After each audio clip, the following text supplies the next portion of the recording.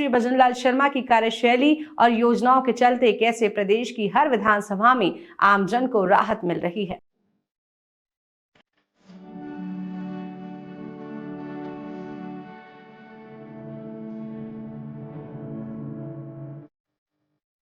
एक स्पष्ट निर्देश है जिला प्रशासन को भी है और ऊपर भी स्टेट लेवल पर सबको स्पष्ट निर्देश है कि जितने भी पेयजल आपूर्ति की जितने भी स्कीम्स हमारे तैयार हैं उनके एफिशिएंसी 100% तक हम कैसे पहुंचा सके, चाहे हम डिग्गी की सफाई की बात करें, जो भी स्टोरेज भंडारण के जो भी स्ट्रक्चर्स हैं उनकी सफाई की बात करें, वहाँ पर कोई लीकेज है, जो भी हमारे जेजेएम स्कीम्स के अंदर जितने भी पाइप एंड डले हुए हैं उनको भी सुदृढ़ीकरण का कार्य अब लगातार निरंतर चल रहा है। तो इसी क्रम में जो भी हमारे कंटिजेंसी का फंड है वो भी हमारे बीकानेर जिले को 1 करोड़ का फंड दिया है और हर विधानसभा क्षेत्र को इक्वली डिस्ट्रीब्यूट करा है।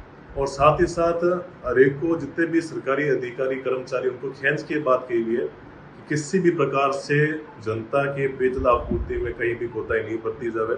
इस भीषण गर्मी होने के बावजूद भी हमको हर अंतिम छोर पर बैठे हुए, चाहे वो ग्रामीण हो चाहे शहरवासी हो, उसके हिस्से का निर्धारित पानी मिलना चाहिए। इसके लिए सरकार लगातार प्रयासरत है।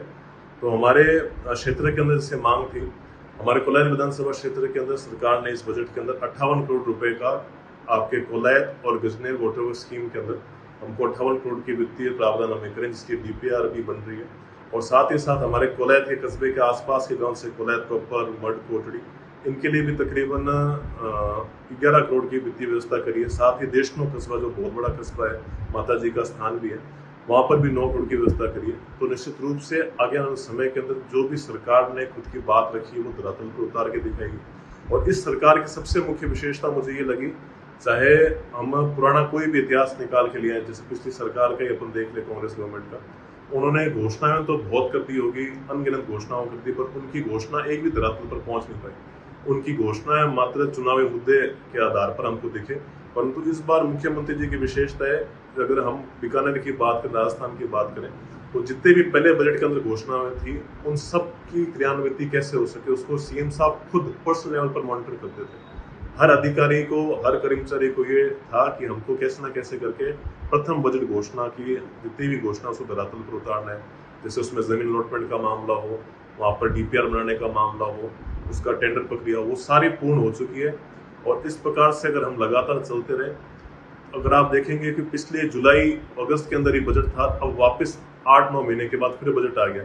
तो आप अगर इस बजट का, पहले बजट का भी रिकॉर्ड उठा के देखेंगे, आप देखेंगे 70-80% का बजट की घोषणा धरातल पर जिनका काम चालू हो चुका है।